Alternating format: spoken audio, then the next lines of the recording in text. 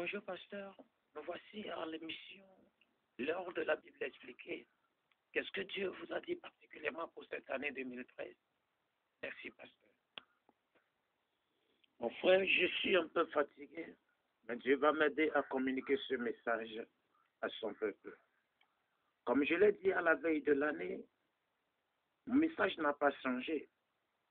Appliquons nos principes de l'amour et que l'amour soit sans hypocrisie. Bien avant la veille de l'année, j'ai fait un rêve. J'ai vu deux frères qui s'aiment très bien, mais à cause d'une petite chose, ils se sont battus jusqu'à ce qu'ils se sont tués.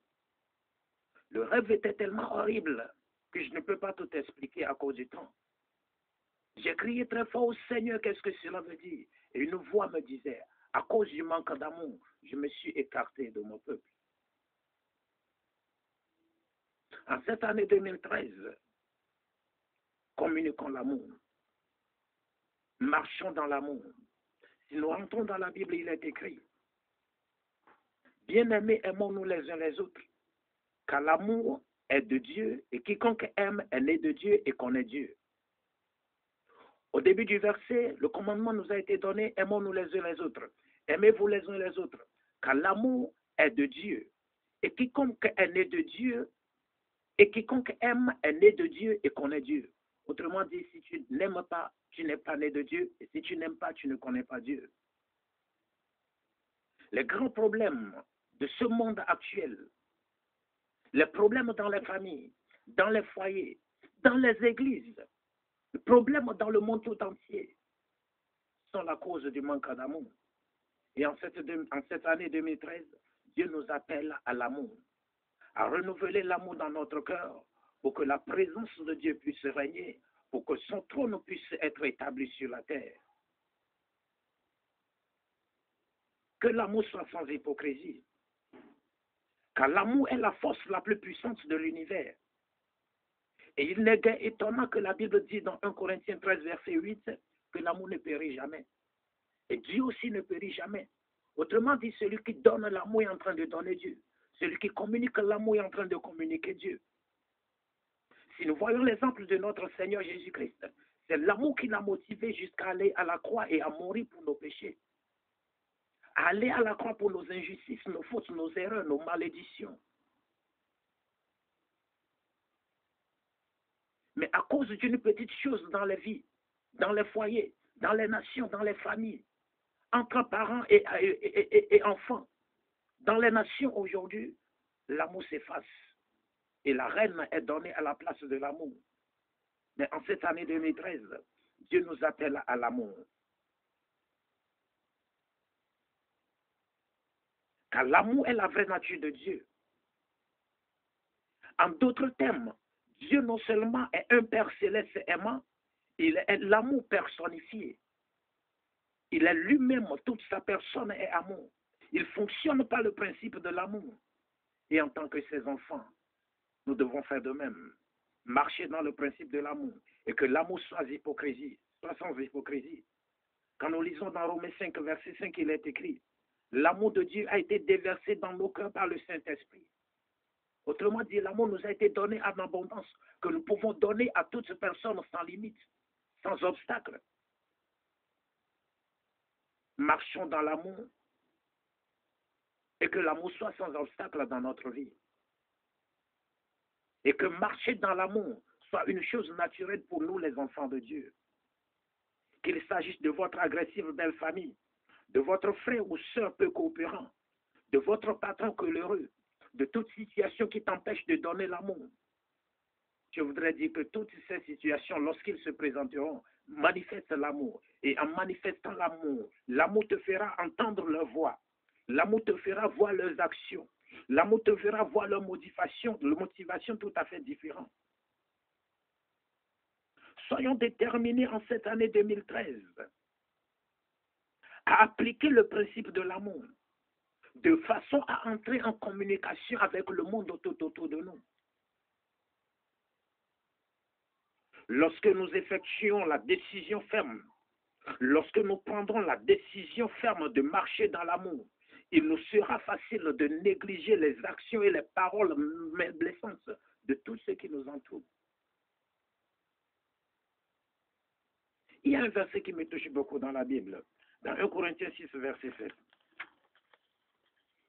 Pourquoi ne souffrez-vous pas plutôt quelques injustices? C'est une question que Dieu nous pose, que la Bible nous adresse. Pourquoi ne souffrez-vous pas plutôt quelques injustices? Jésus-Christ a accepté souffrir nos injustices, a accepté souffrir pour nos injustices. Il s'est donné à la croix jusqu'à mourir à cause de nos injustices. Mais aujourd'hui, nous n'arrivons pas à souffrir un peu d'injustice. Et quand je lis ce verset, je me dis, c'est une autre façon de Dieu de nous demander d'appliquer le principe de l'amour en passant sur les défauts de ceux qui nous entourent, en passant sur les erreurs, en passant sur les torts, en passant sur les défauts des autres et communiquer l'amour. Peu importe si certaines personnes sont méchantes et inamicables envers vous, aimez-les quand même. Prouvez que vous êtes les vrais disciples de Dieu. Communiquez leur amour. Éphésiens 5, verset 1 à 2 nous dit, marchez dans la charité à l'exemple de Christ. Marchez dans l'amour à l'exemple de Christ, qui nous a aimés et qui s'est livré lui-même à Dieu, pour nous comme une offrande et un sacrifice de bonne odeur. Marchez dans l'amour à l'exemple de Christ. De la manière dont Christ a marché dans l'amour et a pris nos iniquités, nos erreurs, nos défauts sur lui-même, a souffert pour nos fautes, jusqu'à mourir sur la croix. La Bible nous demande de marcher dans cet amour, à l'exemple de Christ. Mon frère et ma soeur, voici dans la nouvelle année. Il est impératif que nous fassions l'inventaire de notre vie passée, de l'année écoulée, et de décider à oublier les pertes, les blessures, les torts, les fautes. D'accepter à pardonner tout mal que quelqu'un a pu nous faire. Décider un nouveau départ avec le Seigneur dans l'abondance de l'amour que nous allons communiquer l'un envers l'autre. Que l'amour coule de nos cœurs comme un fleuve. Et souvenez-vous très bien, l'amour ne tient aucun registre de tort. Mais aujourd'hui, nos cœurs sont devenus des registres de tort. Nous avons des registres de tort sur nos tables, dans nos valises, dans nos armoires. Telle personne m'a fait telle chose, tel jour, telle heure, telle seconde, telle minute, telle pièce. Et toutes ces choses ne nous arrangent pas. Toutes ces choses nous rendent malades et sèment la haine tout autour de nous. Toutes ces choses nous rendent malades et mal à l'aise. Et Satan se base sur ça pour nous tuer, pour nous communiquer des maladies, pour semer des divisions dans les familles, dans les foyers, dans les églises, dans la nation tout entière. L'amour ne tient aucun registre de tort. Plutôt, l'amour pardonne. L'amour oublie. L'amour donne. L'amour efface. L'amour couvre une multitude de péchés. Donc, en cette année 2013, appliquons-nous au principe de l'amour et que l'amour soit sans hypocrisie. Je vous remercie. Merci, mon frère Claude, pour cette émission. Et que cette émission touche le cœur de plusieurs personnes afin que l'amour soit donné partout dans le monde et que le règne de Dieu soit établi sur la terre des hommes pour que nous puissions vivre dans la paix. Je bénis l'année en ta faveur et que la grâce de Dieu surabonde sur ta vie, que l'amour de Dieu coule dans ton cœur comme un fleuve. Je bénis tes activités, je bénis tes projets, tes visions, je bénis ton ministère et que l'amour de Dieu soit réellement établi au nom de Jésus-Christ. Que le Seigneur soit béni. Amen.